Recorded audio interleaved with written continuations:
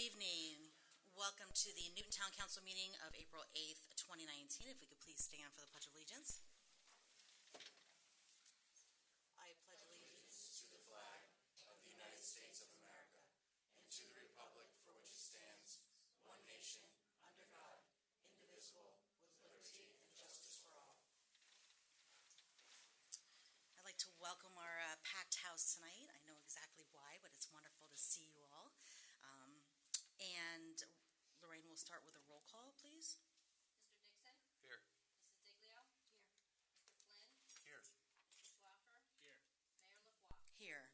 In accordance with the Open Public Meetings Act, notice of this regular meeting was given to the two newspapers of record and posted on the official bulletin board on January 4th, 2019. My colleagues on the council, you received the minutes for the March 25th, 2019 regular meeting. Were there any additional amendments, deletions, corrections, changes to be noted? They were already done before minutes were sent out. Yep. Anything else? All right. Seeing none, I'll entertain a motion on the minutes. So moved. Second. All right. I have a motion to approve the minutes from March 25th from Deputy Mayor Flynn and a second by Councilman Dixon. Roll call, please. Mr. Dixon? Yes. Mrs. Diglio? Yes. Mr. Flynn? Yes. Mr. Schwaffer? Yes. Mayor LaFois? Yes. All right. At this point, I would like to welcome Chief Richards up. We have some notable presentations tonight to Sergeant Benson and Patrolman Vertitas and Morales, and let's get to them. Well, thank you for the opportunity tonight to recognize three of our police officers who have retired or will be retiring very soon. It is an opportunity to honor these fine officers for their service and to celebrate the accomplishment of their longevity of police service. I say celebrate because these officers have been first responders for over 25 years. Anyone who dedicates this amount of time has endured a lot of occupational stress, from shift work and the sleep deprivation that goes along with that, to the cumulative effects of dealing with everything from fatal car crashes, death notifications, serious crime victims, and life or death medical calls. Officers must reliably maintain their professionalism and utmost competence. And all the while, they're often on the receiving end of unfair scrutiny, while also protecting themselves from many unknown risky situations and often actual physical and violent threats against them. As such, they're often hypervigilant, and all this can lead to difficulty in their personal lives. These retiring officers maintain their readiness and dedication to duty. They've served honorably, and they certainly deserve our appreciation, and it is indeed a cause for celebration. Now, a little about each of our officers in the order of their retirements. Patrolman Jose Morales, if you won't mind coming up. Badge number 37. He came to us in 2007 after having served previously in Hoboken. He brought with him firearms expertise, and from his experience as a SWAT team member, and it wasn't long before he became one of our firearms instructors. Patrolman Morales was also quite valuable to our department in that he spoke Spanish fluently. Always a high performer, he has been recognized in the past for his life-saving efforts through successfully performing CPR, as well as helping to rescue individuals from a burning building. His last day of work was March 15th. Patrolman Scott Vertitas, badge number 18, which is notable for me because mine is number 19. So we've been very close through the years. Scott started with Newton PD in 1992. He served as a detective from 2000 to 2005 and finished out his career as our most senior patrolman. He and I, like many of the other officers, have a lot of history together, particularly the many cases we worked on together as detectives. From chasing down home invasion suspects in Brooklyn, figuring out what caused Able Oil to explode, to investigating attempted murder cases, Scott was always reliable and motivated to leave no stone unturned. Scott is, without question, the easiest person to get along with and will be dearly missed by all. His last day of work was March 28th. Finally, we have Sergeant Steve Benson. Steve began his career in 1993 as a dispatcher and then as a special officer. In March of '95, he became a patrolman. He was promoted to sergeant in 2006. Sergeant Benson earned a reputation as a no-nonsense leader in the department. He was a lead firearms instructor and has had his fair share of serious calls over the years that he handled in stride. Aside from the obvious benefit of having Steve Benson on your side when someone didn't want to be taken into custody, Steve was also the first on scene when Officer Cappelella was struck by a car in 2005 and left unconscious laying in the middle of Hicks Avenue. I'll also never forget when we were responding to an early morning brawl on Patterson Avenue when members of the BBK gang from upstate New York were fighting on the lawn at Maryland Gardens. A fire extinguisher broke loose in the trunk of his car. I was following behind him, and his car filled with the dry chemical. He transmitted over the radio that he had smoke in his compartment. I thought he was flying an airplane.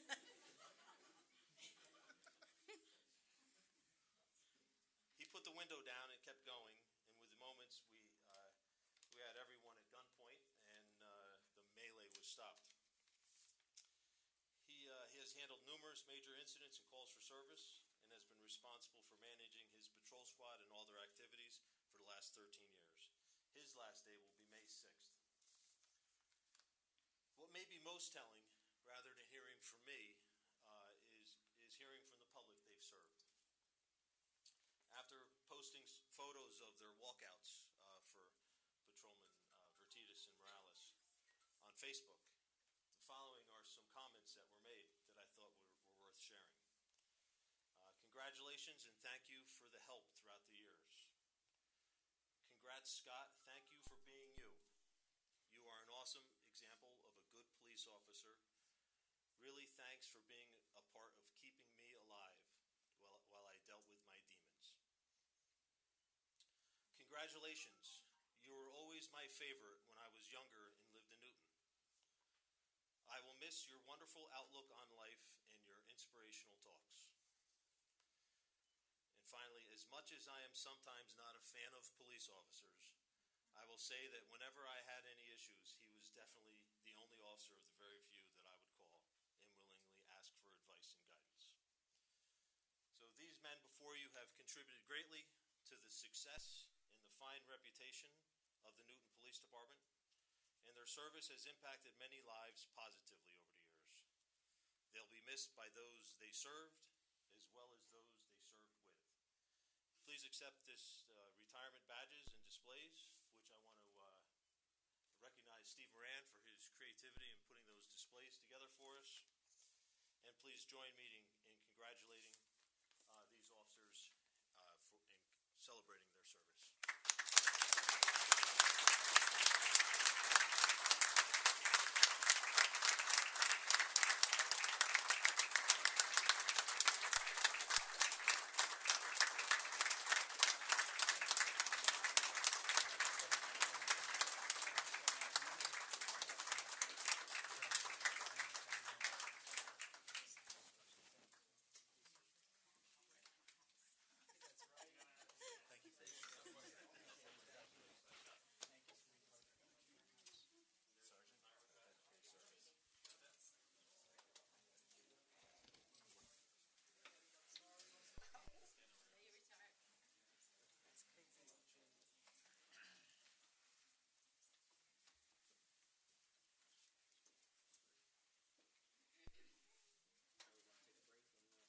Well, just before we take a break to do some pictures,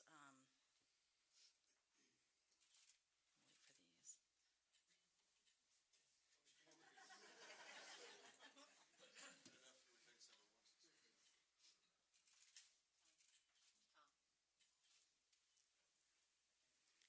So, just before we take a quick break to take some more pictures, I personally want to say on behalf of the council, the residents, the businesses, the staff here at town, we can't say thank you sincerely enough.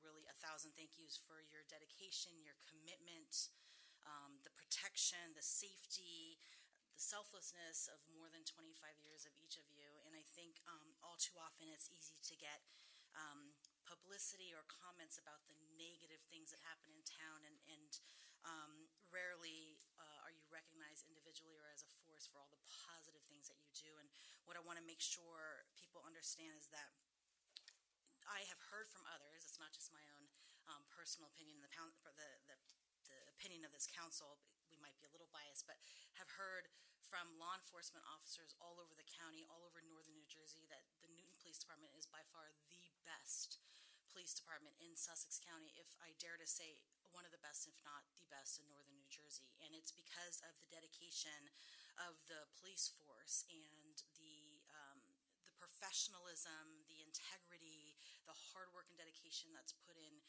not just on the street, but oftentimes behind the scenes. And this police department, they're not just leaders in law enforcement, but they're leaders in community policing. They're leaders in Sussex County as it relates to being proactive in law enforcement, not just being reactive, always thinking about what's best for the people that we protect and serve, and what's the best way, coffee with a cop. I mean, I could go on about the community policing that you guys do in the schools, and walking the streets and going into businesses to say hello and introduce yourselves, and being present, even, when there might be a crossing guard that's absent, to be there, and it's not just to help cross, but to interact with people, walking to school on the safe routes. I mean, all the proactive things that this department does are commendable, and probably don't get the recognition, and want to definitely take this opportunity. And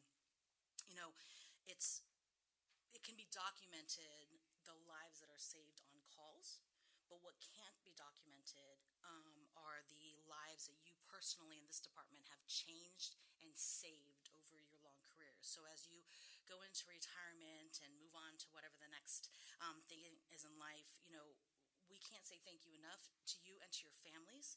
We know that they're right there, and when you leave every day, they say their prayers and kiss you goodbye and say they'll see you at the end of the shift, but at the back of their minds, they know that you're going out, and you'll be the ones to put yourselves first if that call comes. And so, the other great thing about this team is that it's a tenured team, and while we're excited for the officers that are moving up and coming in, we know that we've had the benefit of many years of officers staying around until they retire, because it is such a great force and a brotherhood where you guys have each other's backs, and it's a great community to be in. And so, again, on behalf of the county seat, also noting that it's different being a police officer in Newton than it is in any other municipality in this county. And we know that, and I think hopefully our residents know that, but the additional responsibilities or relationships that come as a result of being a police officer here are like no others. So congratulations on your long careers. Thank you on behalf of the residents and businesses here in the town of Newton. We know that you won't be going far, as other police officers have done. Maybe you'll float your way back around in one way, shape, or form, but know that you always have a home here, and we wish you all the best of luck.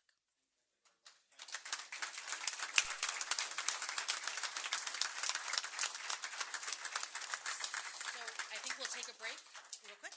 Take a break. Council, come down for some pictures.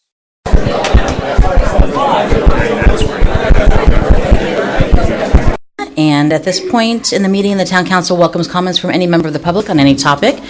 To help facilitate an orderly meeting and to permit the opportunity for anyone who wishes to be heard, speakers are asked to take one turn at the microphone, and please limit their comments to 5 minutes. The clerk will keep time. If reading from a prepared statement, please provide a copy and email a copy to the clerk's office after making your comments so it may be properly reflected in the minutes. So we're open to the public.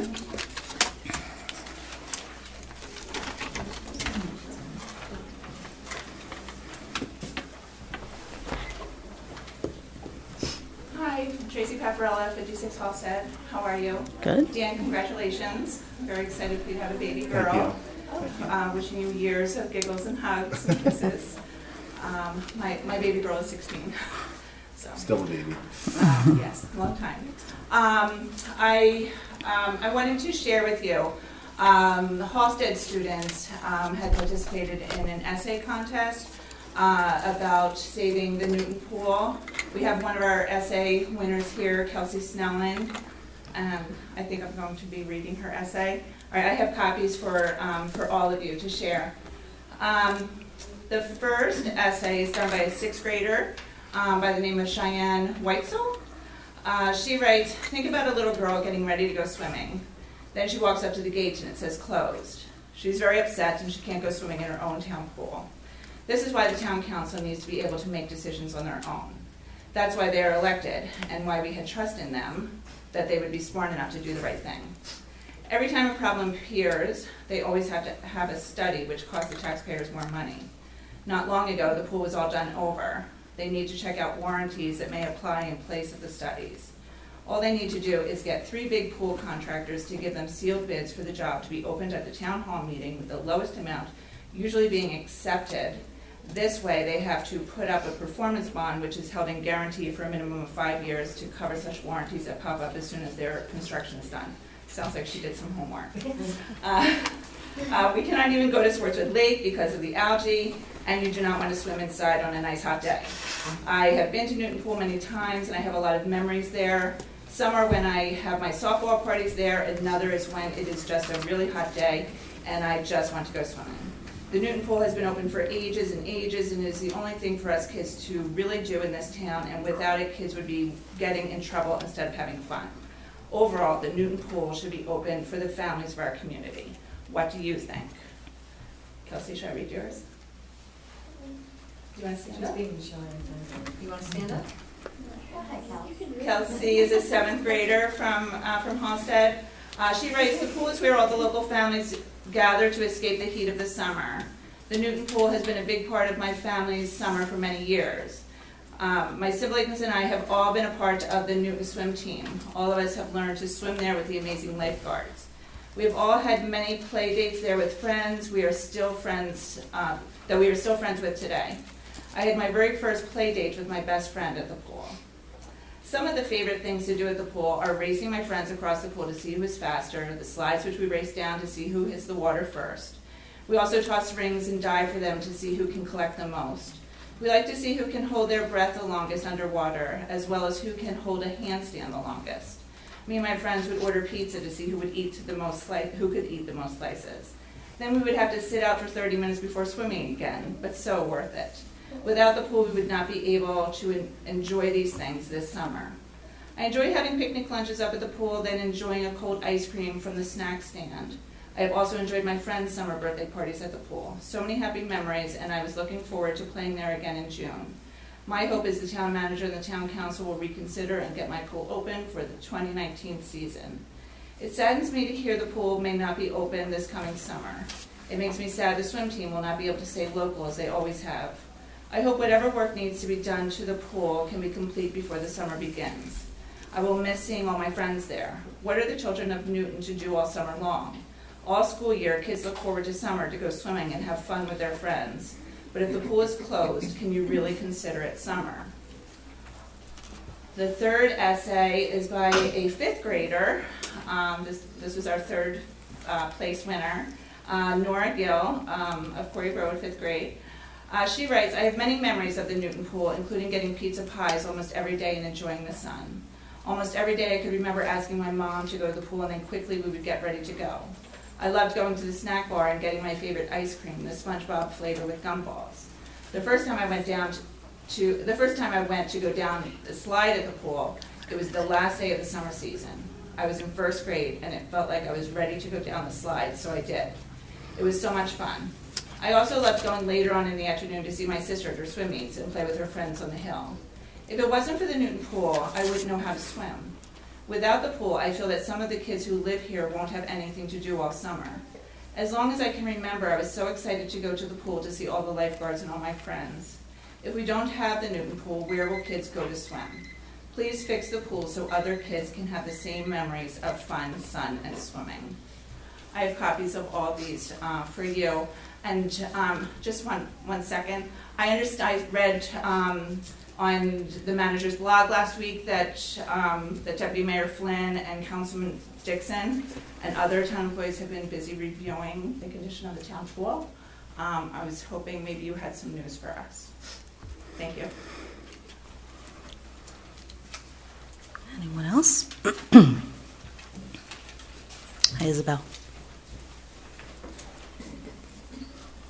Hello, my name is Isabel Costello. I'm the founder of the Weekend Bag program. I wanted to stop by and give you all a quick update on where my program has gone to since my last time here. And I am now partnered with a nonprofit children's foundation called Soji Huggles, and they are helping me with funding my program and expanding it so that I can reach out to more kids and help those kids. I have also gotten many people in the Newton community and other surrounding communities reaching out to me, asking how they can help. Girl Scout troops going out, and when they do their cookie booth sales, putting out buckets for me so people can drop off food donations, and then putting out a bucket for monetary donations. I have a Frankfurt Brownie troop that has reached out to me and is donating some of their cookie profits towards my program, and a Sparta Mom group actually reached out to me. So everyone in the community, it's just expanded so much, and I want to say thank you to you guys because of my last appearance here, it went out and spread and just got a lot of people's attention, which is awesome and amazing, and I just thank you for that. And our Newton community has given her a platform way more than her own community. Yeah. So I'm sorry to say that out loud, but You guys have been awesome, and it really does mean a lot to me and my program and the kids receiving the program. I'm actually going to be reaching out to one school I have on to get more kids from them because one of the other schools recently dropped 3 kids, which is great to hear because that means that they're moving on, improving, and I'm able to help the other kids that really need it. So again, thank you guys so much. It really means a lot. And, yeah. Any other comments? That's right, Isabel, for any other comments? Come on.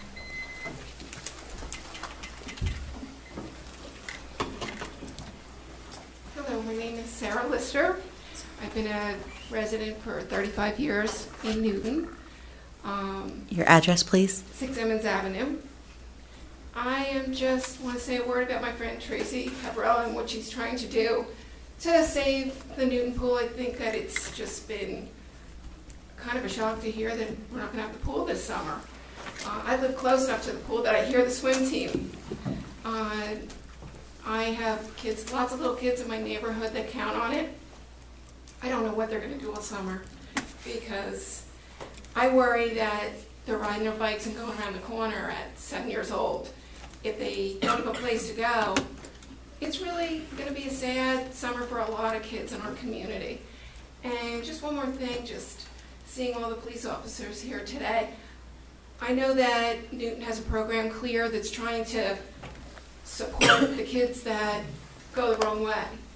And I think having a pool is very key to keeping these kids busy in the summer. We don't really even have that many activities anymore. There used to be, I guess down by the park, they had something free for the kids. I don't know if they have the arts and crafts anymore. It's just sad that we need this in our community. And at least I think we should not only have the Newton pool open, but there should be activities organized by the town that bring more kids in that want them to go to the pool. And the idea that this is all going to be shut down now, my kids are grown. They all did swim team, but when we moved to this town, I think it was $75 to join the pool. And, you know, that's a long time ago, but a lot of people in this community can't afford whatever it is, $175, I don't know, $250. I know that when it got to be $175, and my kids weren't really going that much, we were like, we'll do day passes, because we couldn't even really afford that. But I don't think it should be judged on the amount of people that are buying passes, because those kids that get the $5 in their hands to go every day, they're just as important. And it's important not only to those kids that are going, but to those mothers that need a break from the heat of the summer, the long days. It's just a whole circle, or a whole, like, it can just pile on in negative ways to just not have opportunities for our kids. And this is one thing that I think that we deserve. I've been paying taxes in this town a long time, and I just feel but I want to see these kids thrive. And taking this away is really not a good idea. So I don't know the logistics and all the other things that are, whether it's a real big safety issue, but everything should be done as much as you can to try to get that pool open. It's beautiful now. I mean, when I was going, it was falling apart. But to see it now and then it's going to sit there empty, it's a sad day in Newton. Anyway, thank you.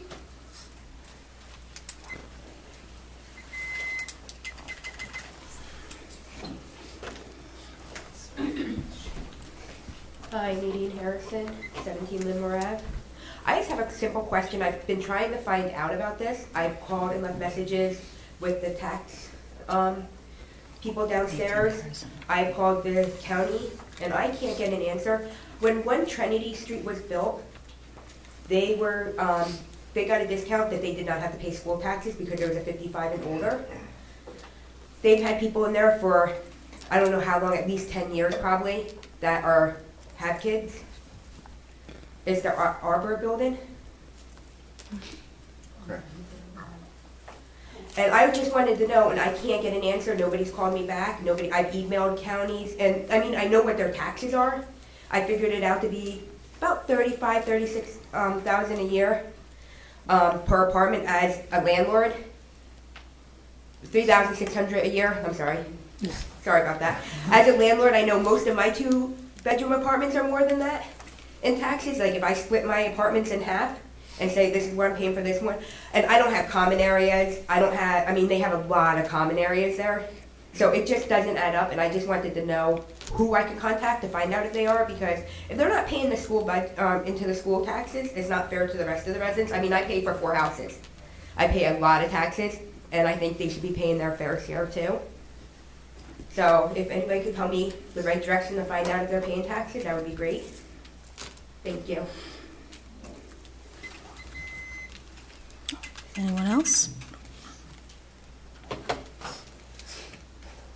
Okay, we'll close that portion of the open public. So we'll move on to council manager reports. A couple of things coming up in town this Friday night. We have the Easter egg dyeing event at Newton High School in the cafeteria. Saturday is the Easter egg hunt at Newton High School up on the turf field. Yesterday, along with a few other elected officials and leaders in the county, we attended the Growing Stage 100th anniversary of the Palace down in Netcong. It was also the 37th anniversary of the Growing Stage event, which was nice. There were some proclamations that were done by the local municipalities and Assemblyman Bucco, et cetera. For a different reason, but somewhat related, on March 27th and March 28th, I attended and testified before the Assembly Budget Committee hearings and the Senate Budget Appropriations Committees, and there was a lot of conversation, as there is year after year, around education, underserved population, around human services, et cetera. So all commenting on the governor's budget this year. Not a lot of conversation, Tom, this year around municipal state aid, but we'll see what those numbers come out, and our auditor is here. And then Isabel, I just want to tell you that I think when you were first here, we talked about the biggest and best thing that could be done for the weekend bag collection program was just to get the word out, right? Yeah. And I think that's exactly what you've done. Obviously, you've been the biggest advocate with your family support. You've been kind of on the circuit doing your speaking engagements, so it's been great. I did report back, but I want to just tell everyone again that I had the honor to attend Congressman Gottheimer's recognition of his district's heroes, of which you were recognized as one of our heroes. It was a proud time for Newton to be recognized, and you, along with everyone from law enforcement to other students, and just part of a great class of people making a difference every day in people's lives. T-Love is a great partner to have. So is G. Huggles. She's a compassionate, caring person that gets things done. So you couldn't partner with a better person. And I know the media loves you. We see lots of articles and I think ads even on in terms of supporting you and the Weekend Bag Collection. So, keep up the good work, because you are helping and supporting a population I think often gets lost in the day-to-day discussions of activities and after-school events and plays and all of those things, all the great things that are happening in the schools, to bring recognition to a population that is quietly being served by you and the people that support you, who don't stand out to be recognized, right? These are families that are quietly, oftentimes not asking for help themselves, but they're recognized by their student leaders or peer groups or guidance counselors or teachers or principals that are saying, I think this is a family that could use help, and then you're there to answer the call. So I know many of them would love to thank you and probably don't know that it's necessarily, the help that they're getting necessarily coming from you and your efforts. So the more that we can help to promote that, that's great. Really quick, if you want to, hear more about it, I have a Facebook page now. Go check that out. We can bag program and spread that around. Nice. And I think that's all I have for now. Deputy Mayor Flynn? Okay, so on the 27th, Councilman Dixon and I took a field trip to the pool in the middle of the day, where I was off of work, and Matt was in between shifts or had just got off from work, and we agreed that it would be a good idea to go over there and see some of the conditions of the pool firsthand. There are some areas that are in eminent need of repair. We saw some of the plaster that was coming up from the bottom of the pool. We had a discussion about the structural integrity of the pool, the long-term structural integrity of the pool, which, after discussion with staff, the pool's strong. It's got good bones. It just needs a repair job that's going to be done correctly. And we just discussed the condition of the pool, how it's going to be maintained in the future, some things that we could do operationally to help it out, but there is no doubt about it that the pool is in bad condition for opening at this point in time. The main part being the drain and obviously the plaster that's coming up all over the pool. So, that being said, we look forward to putting together proper bid specs and getting the pool repaired for a 2020 opening. Isabel, thank you for coming tonight. It's been, I guess, maybe like 6 months or 3/4 of a year since I met you at a family party in Greene, and things have come a long way for your program, and I wish it well, and it's an asset to the community that can't be ignored. I think you're getting a lot of positive recognition for a young lady in our community, so we thank you for your efforts. And that's all I have. Councilwoman Diglio?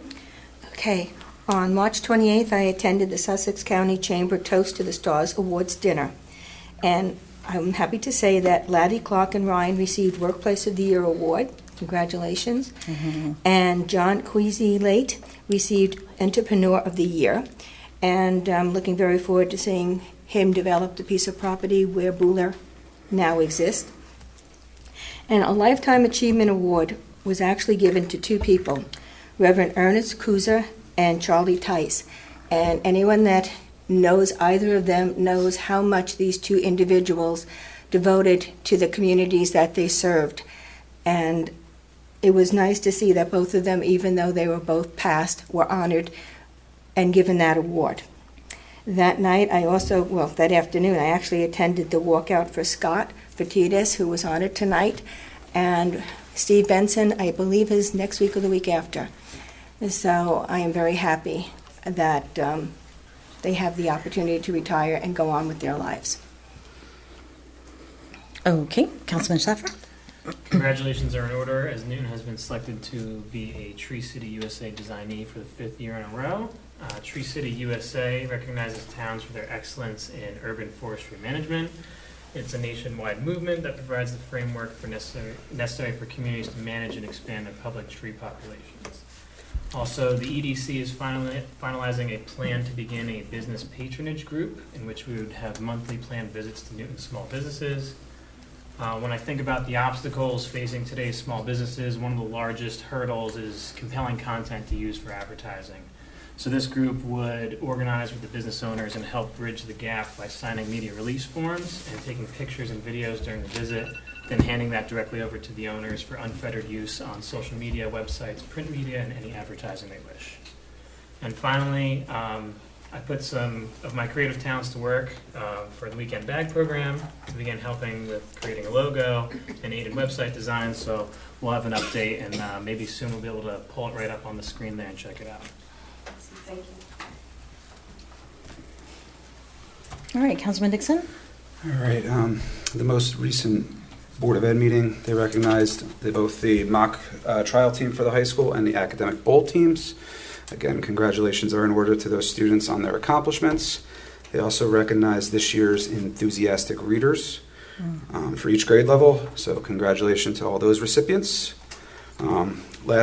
Last meeting I spoke to the personnel reductions that they were going to be faced with, and with adding that $200,000 of state aid back into the budget, they will be reducing 6 teachers instead of 7.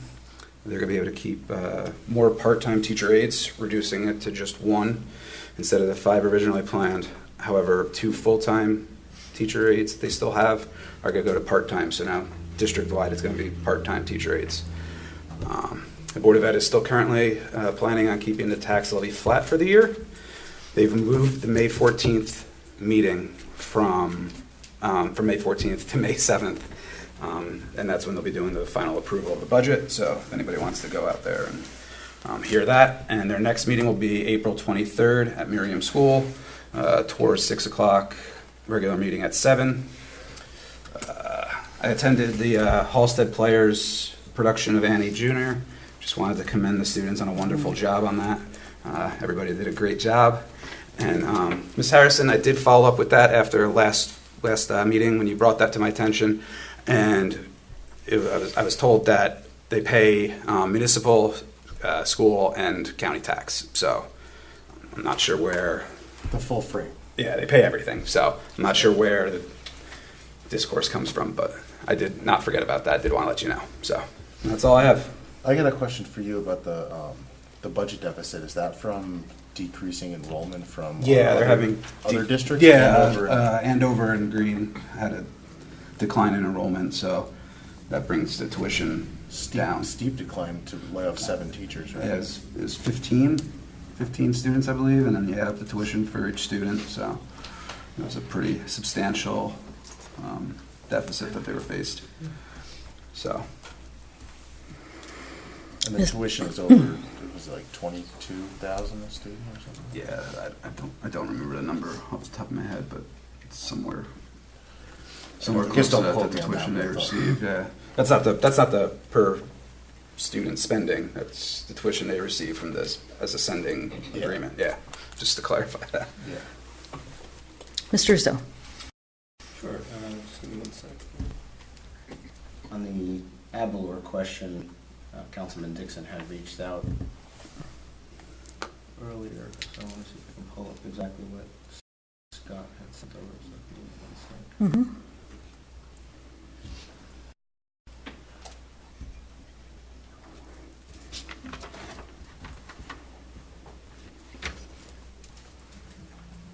The property is being taxed conventionally, just like any other property in town. Instead of valuing it based on 40 or so individual condo units, the value is all under a single line item where it's being treated like an apartment building with that number of units. So all 3 government entities get their respective share of the taxes. So that was the answer from. So it's valued as one like the value of one building and not the value of an individual unit So, taxation. paying full. I mean, there was the one thing about that building was when it was built was the water and sewer fees, where that was the conundrum that about that building, correct? Yeah, it was like 2007. That was a long time ago. Municipal offices are closed April 19th for Good Friday, so wish everyone a happy Passover and happy Easter. Spoke to our friends at the Legislative 24 District Office. We might be getting some traction on the boarding house issue, but not legislatively, possibly administratively. DCA is looking into possibly promulgating some rules that would affect the boarding house issue. So I'm setting up a meeting, I'll keep you all posted, but we have a contact at DCA who's looking to assist, so. So Tom, that came out of the testimony that Ursula and Councilman Dixon and I went to Trenton and did, and that was before the Assembly committee. And then the next thing that we understood was that it was to go to the Senate, so it hasn't moved out of Senate yet. No, and they're not confident that it will move forward, so Okay. they're trying to work with DCA on something administratively that could assist us. But that's okay, that's good though, because Yeah, that's, no, I mean, either that's way. what we're looking for anyways. And I know that the legislators, at least when we were there, certainly recognized that there were loopholes in the current way that enforcement's being done. And last issue is you will have a copy of the award letter from the state on the Plainfield Avenue grant. It's approximately $98,000 towards the milling and paving project, so that was good. And that's it. Yeah, that's good, good news. All right, we do not have any ordinances for tonight, nor do we have old business. So we'll move on to the consent agenda. All items listed with an asterisk are considered to be routine and non-controversial by the town council and will be approved by one motion. There will be no separate discussion on these items unless the council member so requests, in which case the item will be removed from the consent agenda and considered in its normal sequence on the agenda. Tom, can you go down these, please? Sure, we have bills and vouchers, we have rejection of bids for pumping services, a couple refunds, we have a transfer for snow removal reserve, we have the renewal of our current agreement with the county fire marshal for fire safety, we have engineering services for the Sparta Avenue pump station for PCI, credits to water and sewer, and then we have change orders for Firehouse 2, which fall within the general construction allowance that was part of the bid for Zytone construction. Any of these need to be pulled by any member of the council for further discussion or questions? No? Okay. Can I have a motion? Make a motion to approve the consent agenda. I'll second that motion. I have a motion to approve and move the consent agenda by Councilman Dixon and a second by Councilwoman Diglio. Roll call vote, please. Mr. Dixon? Yes. Mrs. Diglio? Yes. Mr. Flynn? Yes. Mr. Schlaffer? Yes. Mayor LaFois? Yes. We have no further items for discussion tonight. We will once again open the meeting to the public. Any additional comments? Please come state your name and address for the record, please.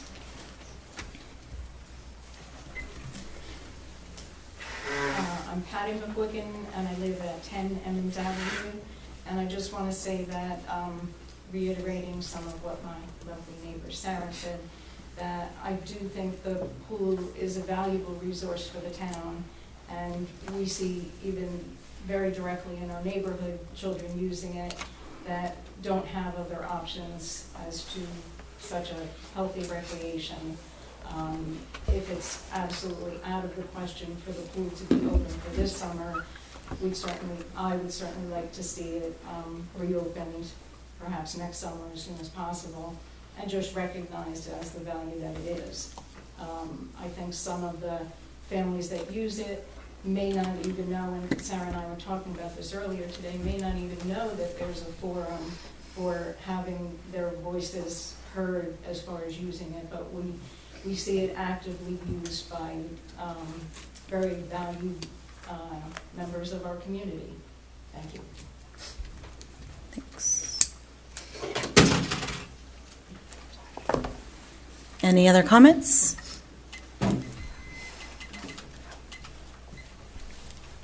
I want to thank Deputy Mayor Flynn and Councilman Dixon for going out to the pool. Dan, what you said about putting things out to a bid,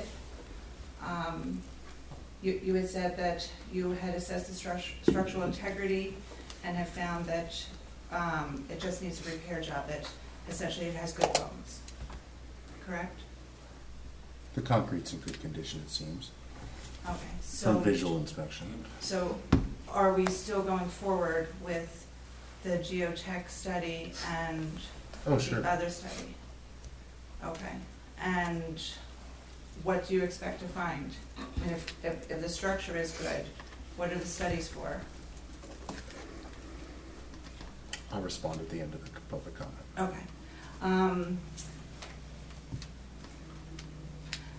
Another thing is, you say that you're going to put together the proper bid specs and get the pool repaired for 2020, which I appreciate. but how long is that process, and when does it begin? When will you be putting it out for bid? Okay. Let's see, I just had another question.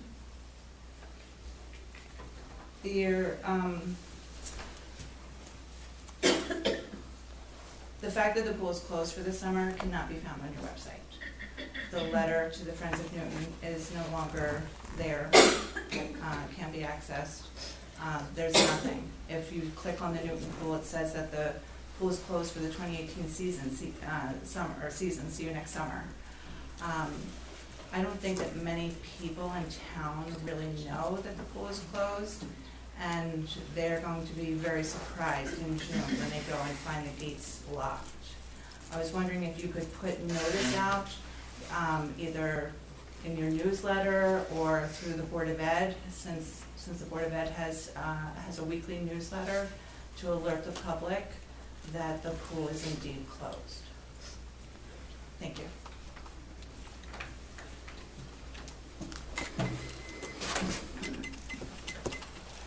Any other comments? Okay. So we are going to move on to hearing on the 2019 budget. We had our introduction, and now we'll move on to the hearing. So Tom, I'm going to ask you to formally make your comments.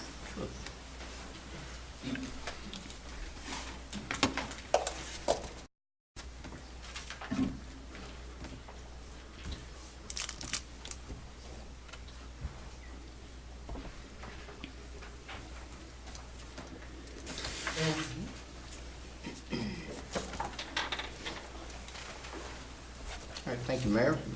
You all have a copy on your Google Drive, so if you can follow along on the screen. All right, so we'll just walk through each page. First page, we always talk about the fiscal facts, which is the property tax division of how things are allocated in the town of Newton. So the property tax is divided among the County of Sussex, County Library, County Open Space, Newton Board of Ed, and the town. Chart below illustrates the percentage that each of the jurisdictions received in 2018 from the average taxpayer in the town. So the Board of Education is 51%, Town of Newton 34.5%, County of Sussex 13.5%, County Library 0.9% roughly, and County Open Space 0.07%.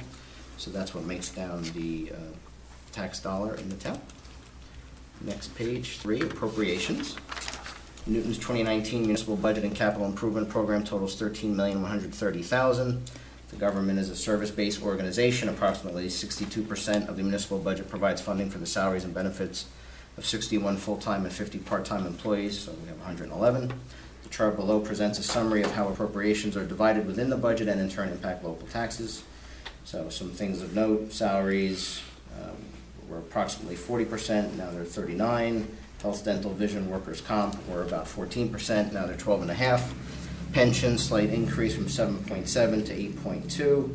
FICA SUI was 1.68, has remained the same percentage. Retirement LoSAP accumulated absence, about 0.35 to 0.38, so the top portion was 63.7, is down to 61.7.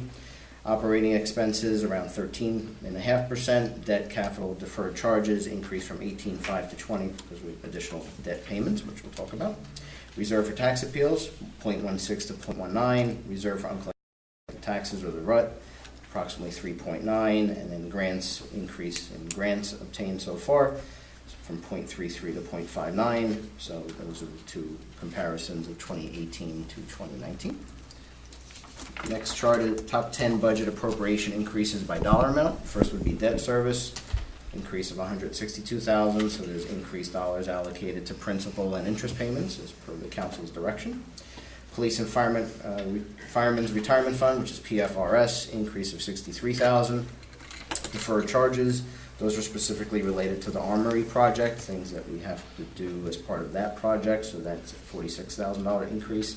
Capital improvements, the 195 we'll talk about later, but that's cash that's used for down payments for capital projects or used to pay cash for items that are not necessarily typical operating expenses but could be considered quasi-capital or somewhere in between, that's an increase of $45,000.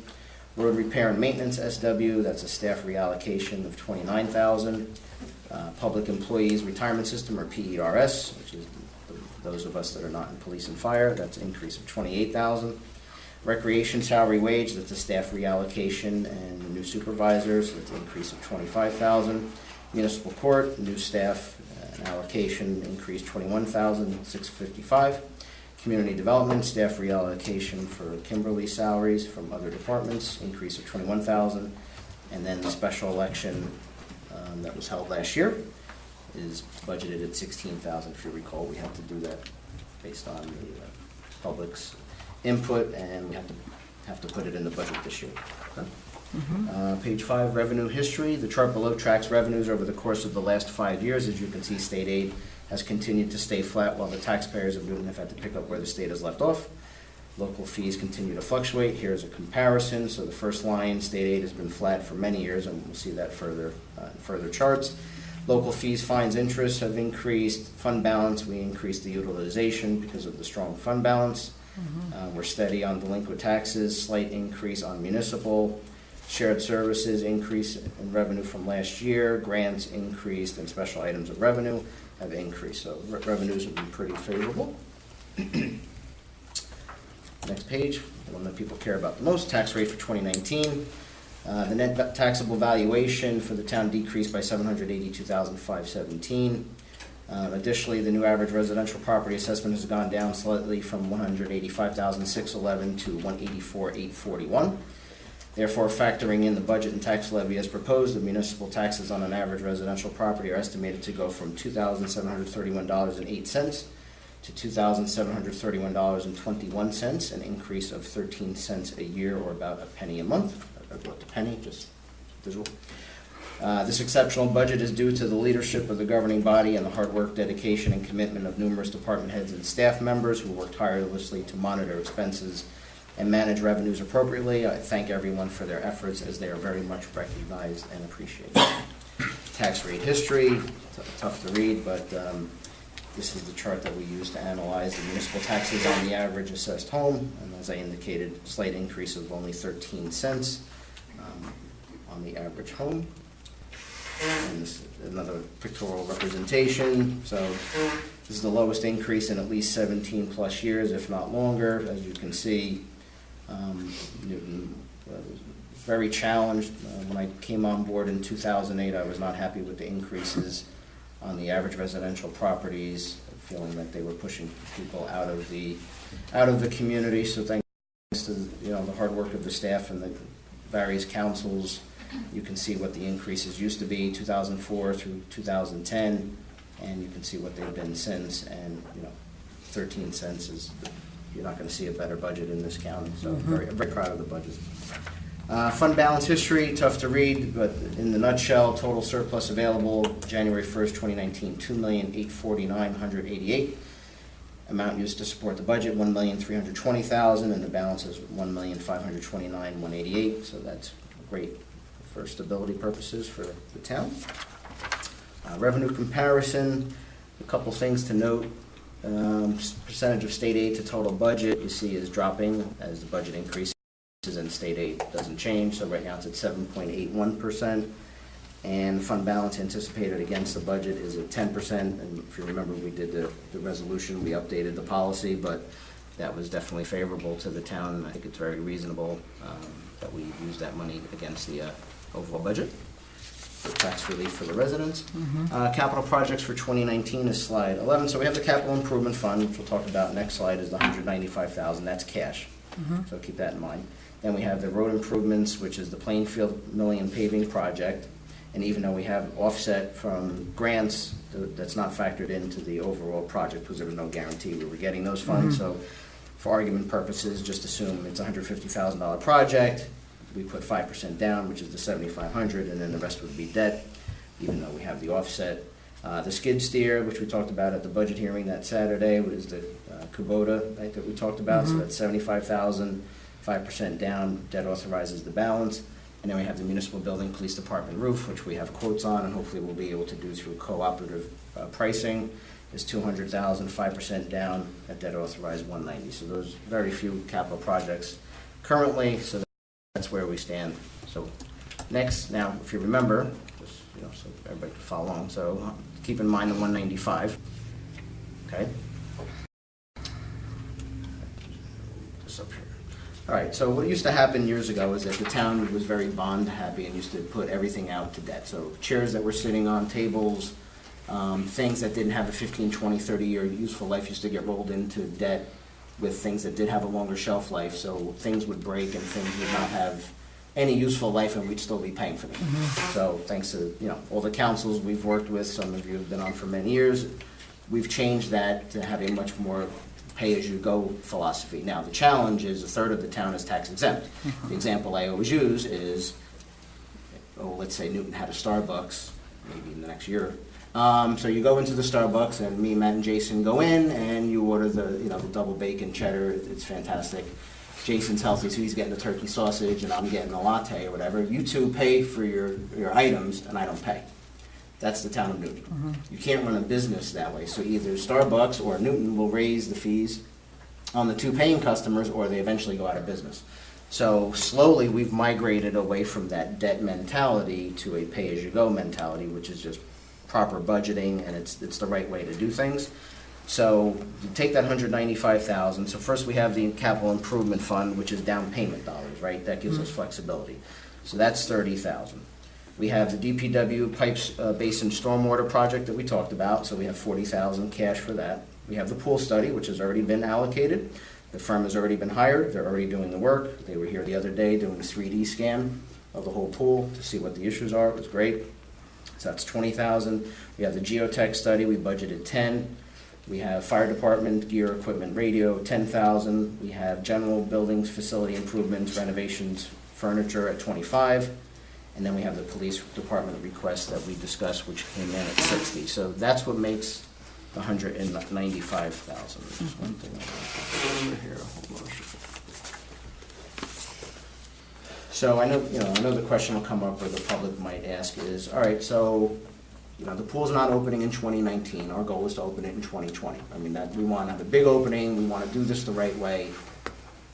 The studies come back in the next 3 to 6 months. Then what happens? Fair question. And does the town have money to do anything? Fair question. The answer is yes. So what happens is the balance of the CIF January 1st was $36,724. We put money towards Babe Ruth, because that field is in shambles, right? We all know there's a water issue out in the Babe Ruth field. So we put money towards that. We have money towards the down payment for Plainfield. We have money towards the down payment for the skid steer. We have money towards the down payment on the roof. So we do have money in the CIF, if assuming the budget passes as presented, that would allow us that, let's say the pool came in at 100 or 150. I think Tracy had an estimate from that company in Vernon. It was about $150. Let's assume 200,000. So all we need to effectuate that project is the down payment of the 10,000.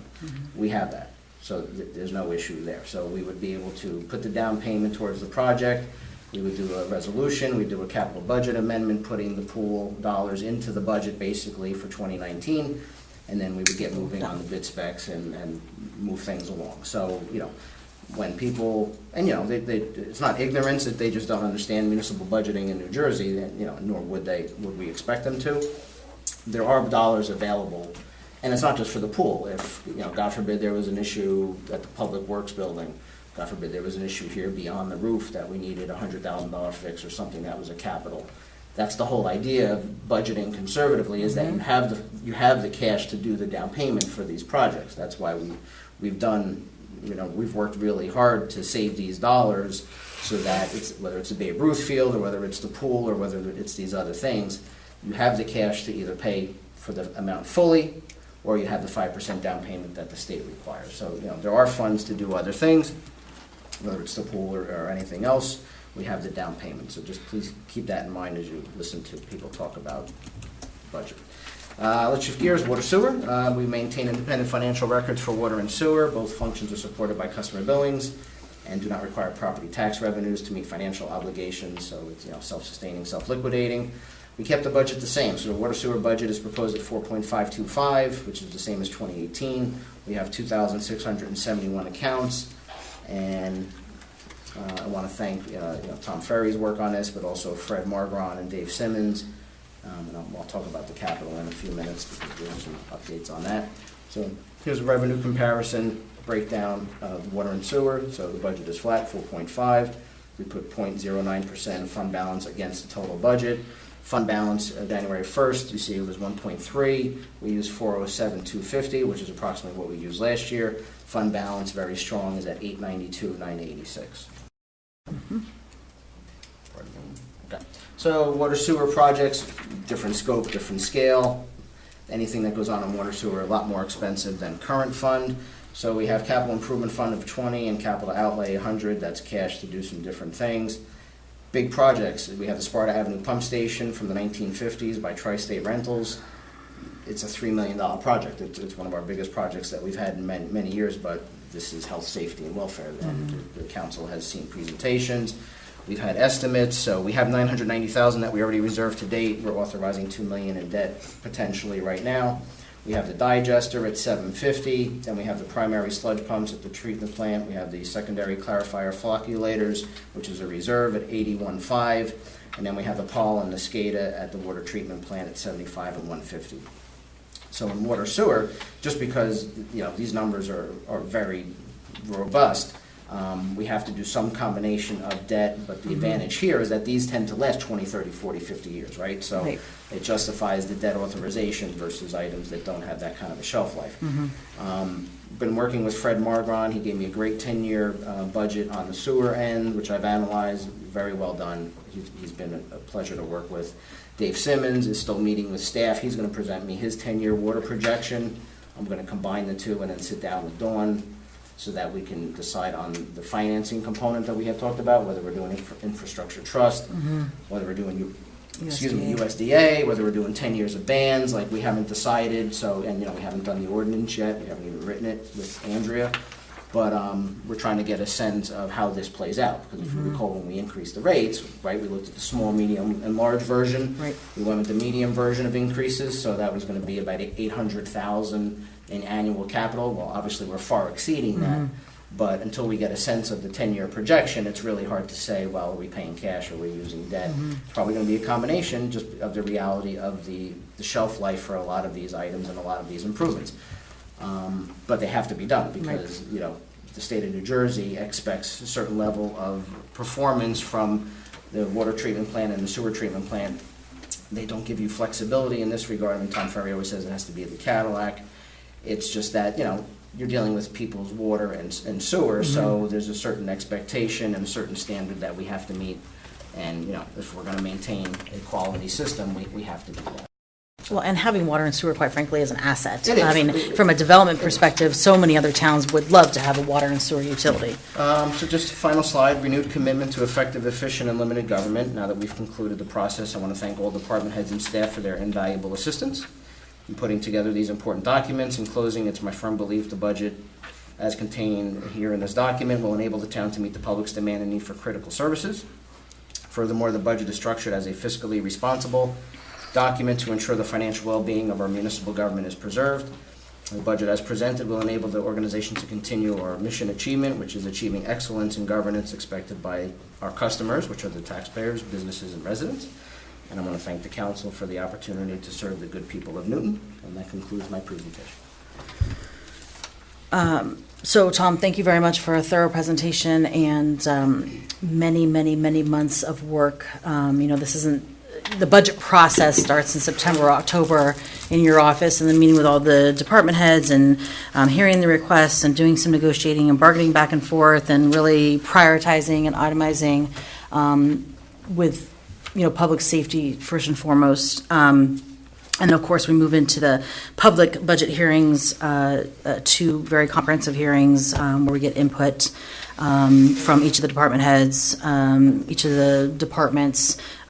I see our fire chief here as well. That was quick. You went out for a call and then came right back. Yeah. We get input from all the various personnel into the budget, and then there's a lot of kind of jockeying back and forth, maybe reprioritization. We give you the hard job after you've already sharpened your pencil to go back and sharpen it some more. But what I want to really say here is that you make 2 points. I mean, first of all, this is essentially a flat budget, a penny a month, right? When you look at the history, it's quite significant in terms of the way that we've been able to budget. But this year's budget is definitely a culmination of many, many years of fiscal responsibility. And, you know, that's not just a campaign slogan. You hear that a lot when campaigns come around that they're going to, you know, help save money and make changes where we're not increasing taxes to the taxpayer, and that doesn't happen overnight. There's a lot of policies and procedures and I think philosophy that goes into the council and you and your team and the department heads saying, you know what, we're really going to tighten our belts and we're going to be fiscally conservative and fiscally responsible and pay things in cash instead of financing them out, which, you know, is the better way to do it personally. Why wouldn't we do it publicly? And so, you know, we're seeing this flat budget this year, and you made comment of the fact that many of the other municipalities in the county don't have that ability this year to be going to the taxpayers and essentially having no increase.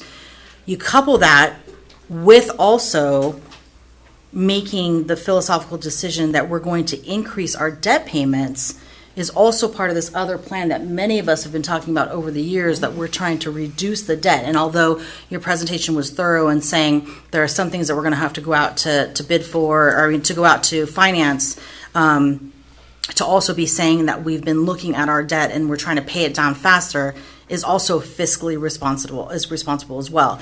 And, you know, I think it was like around 2010 or 2011, and our auditor is here. We did some refinancing, and we looked at the ability to kind of, you know, self-consolidate some of that debt, and we took advantage of the opportunities that were there.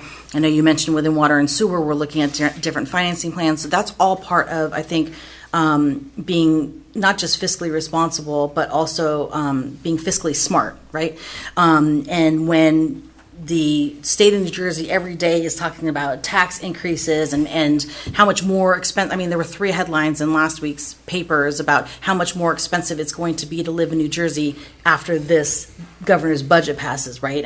And regardless of the side of the aisle that you're on, that's the reality that we're facing. So for the municipality, a third of which properties are non-taxable, able to say that we're putting forth a flat to no increased budget or a penny a month, I think is commendable. And again, that takes discipline over many, many years, coupled with increasing our debt payments. And as far as the water and sewer goes, I think we should be very proud collectively of the fact that that's a self-liquidating asset. And we know, because we've heard from developers, and we constantly hear on in planning board how developers and people that are coming in to do, whether they're doing residential or retail or other kind of commercial manufacturing, the fact that Newton has water and sewer is significantly important for so many reasons. And so while the state remains strict and they want us to have the Cadillac of all of the infrastructure,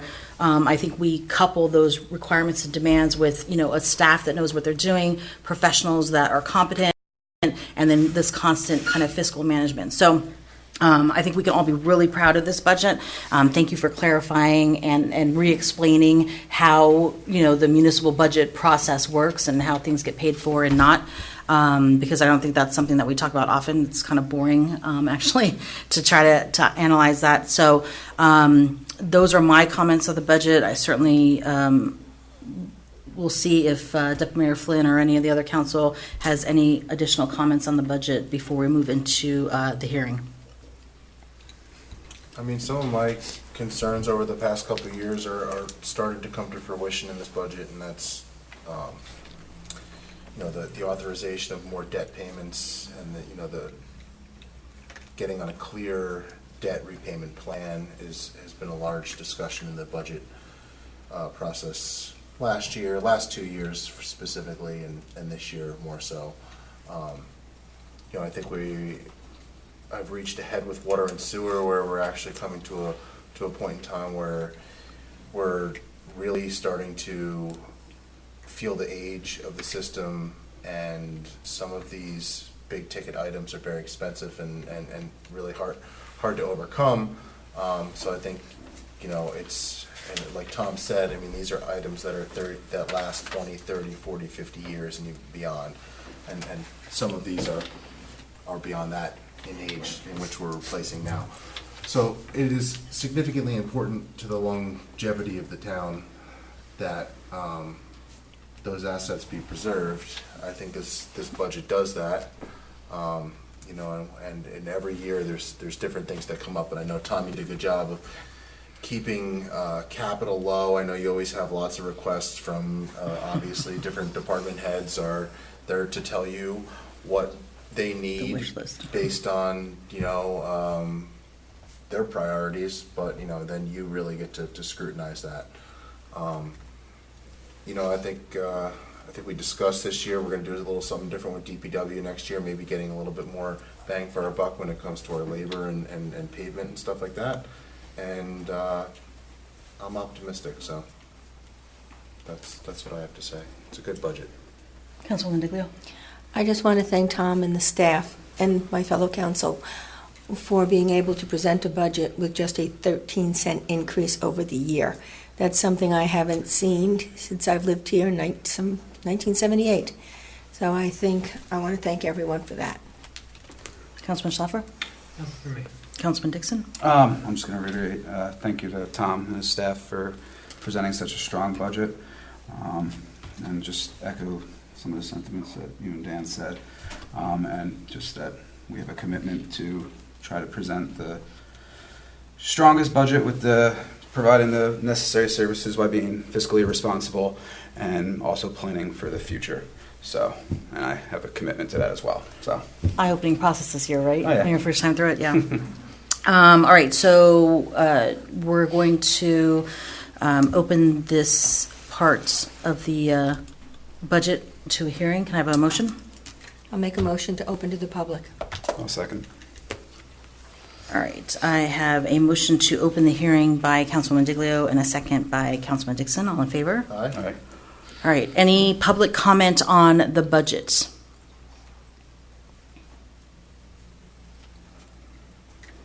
Okay, none? A motion to close the hearing? I make a motion to close the hearing. Second? All right, I have a motion to close the public hearing on the 2019 budget by Councilman Dixon and a second by Deputy Mayor Flynn. All in favor? Aye. Aye. Aye. All right, so we have Resolution 113-2019. Do we have to read that? You bring it up, Tom? Let me bring it down.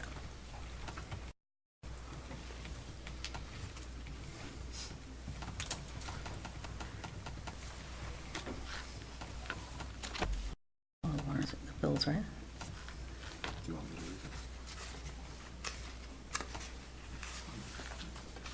it? All right, so it's 112.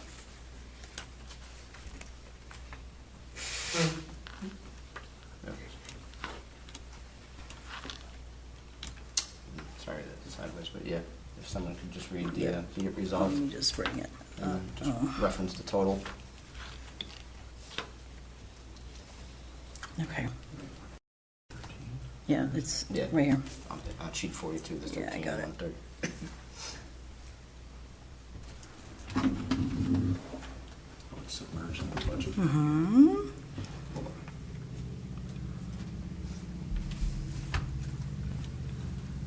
You see it? Page 44. Oh, of the agenda, yeah. Page 44.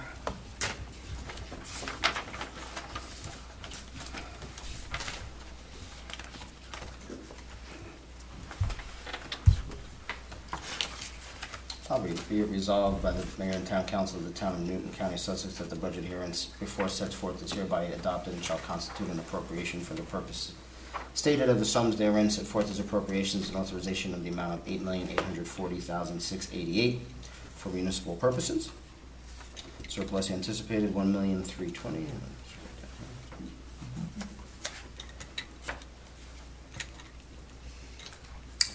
$1,320,000. Miscellaneous revenues, $2,619,312. Receipts from delinquent taxes, $350,000. Amount to be raised by taxation for municipal purposes, $8,840,688.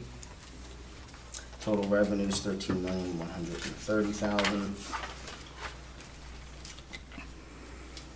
And it is hereby certified that the within budget is a true copy budget finally adopted by resolution of the governing body on the 8th day of April 2019. It is further certified that each item of revenue and appropriation is set forth in the same amount and by the same title as appeared in the 2019 approved budget and all amendments thereto, too, if any, which have been previously approved by the Director of Local Government Services. That's it. And that's resolution 113-2019. All right, so I need a motion to act on resolution 113-2019. Make a motion to act on resolution 113-2019. I'll second that motion. All right, I have a motion to move resolution 113-2019 by Councilman Schlaffer, a second by Deputy Mayor Flynn. Roll call vote, please. Mr. Dixon? Yes. Mrs. Diglio? Yes. Mr. Flynn? Yes. Mr. Schlaffer? Yes. Mayor LaFois? Yes. All right. Well, next up is any additional council or manager comments. Mr. Russo? Well, thank you. Deputy Mayor Flynn? I just want to reiterate about the pool that by visual inspection, when I say structurally sound, it is still looks like a functioning swimming pool with defects in it, so it needs to be repaired, meaning the plaster. I mean, it's not, when I asked how the structural integrity of the concrete is to some of the staff, they said they think it's good. Does it leak? Yes. So when the pool gets drained on the deep end, completely drained, water fills back into the pool. So that would mean the groundwater on the end of the pool is higher than the water in the pool, so it's infiltrating in. So that means water will also leak out when the pool is full. So that's an indication of a problem. And I think that, Tracy, you're trying to ask whether I think the engineering study and specifications that are going to follow in the geotechnical report is necessary, and I say absolutely yes, because you can't prepare proper bid specs unless you absolutely understand what's going on with the condition of the pool. Everything from the plaster to the under drain, it's all connected. So if we can get solid specs, we can get a better contractor, and we get a better product at a better cost. So I just want to clarify that, and that's all I have to say. Councilman Diglio? No further comments. Councilman Schlaffer? Nothing for me. Councilman Dixon? Nothing here. So just close comments by, again, hoping to see lots of kids and families out at the facilities this weekend put by the rec department. That's the Easter egg dyeing on Friday night and the Easter egg hunt on Saturday. I think some of you will be joining me up there as well. And again, just want to say congratulations and thank you to Patrolman Vertitas, Patrolman Morales, and Sergeant Benson on their long distinguished careers, and wish them the best in retirement. And want to say thank you to Tom and to the department heads. And Tom, I hope that you'll portray that to the rest of the finance team. I know Dawn's not here tonight. All the department heads, all the employees that work hard every day to make sure that they keep their costs contained and are trying to provide the best services they can for our taxpayers. Certainly want to recognize our professionals. We have our auditor here tonight. To thank you, Tom, for your continued service to the town and good advice all of these years, working with Dawn behind the scenes and Tom behind the scenes, and certainly being of service to the council with regards to all of those things we've been working on over the years: fund balance, fiscally budgeting, responsibly paying off our debt, all of those good things that we discussed earlier. And with that, let's hope the spring weather continues. So we can move forward on some of these projects that we've authorized by this budget that we shall be proud of. And I have no further comments. We don't have an executive session tonight, and so if there's no other business, I'll I'll entertain a motion to adjourn at 8:32. So moved. Second. I have a motion by Deputy Mayor Flynn and a second by Councilwoman Diglio to adjourn at 8:32. All in favor? Aye. Aye.